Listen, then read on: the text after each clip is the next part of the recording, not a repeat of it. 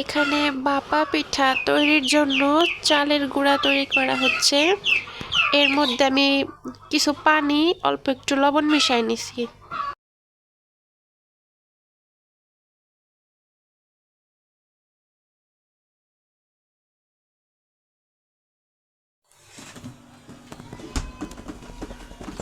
এখানে মিঠাই আর নারকেল আমি ফ্রিজের মধ্যে রাইখা দিছিলাম, তো এটা বের করে নিলাম।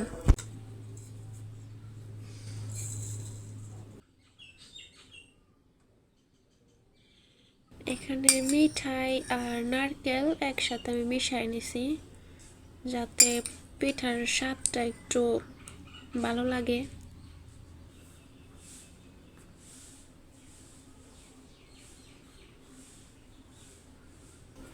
এই যে এখানে আমার একটা পিঠা বানানো হয়ে গিয়েছে।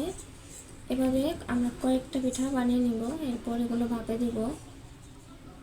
এই যে দেখতে পাচ্ছেন আমার একে একে সবগুলো পিঠা বানানো শেষ হয়ে গিয়েছে।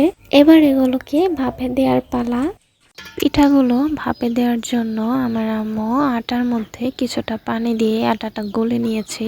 এরপর আটাগুলোকে সরা এবং পাতিলের মাঝ বরাবর আম্মু এগুলোকে লাগিয়ে দিচ্ছে যাতে ভাপ না বের হয়ে যায়।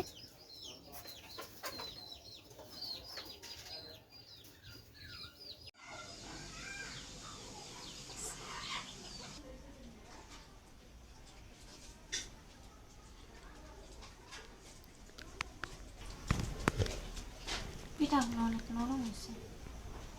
ওই দেখো খরগোশ আইসা পড়ছে, মালিয়াও চলে আসছে খাওয়ার জন্য। ওর নাকে গ্রান গেছে গা, ওরও খাইতে হইব একটু।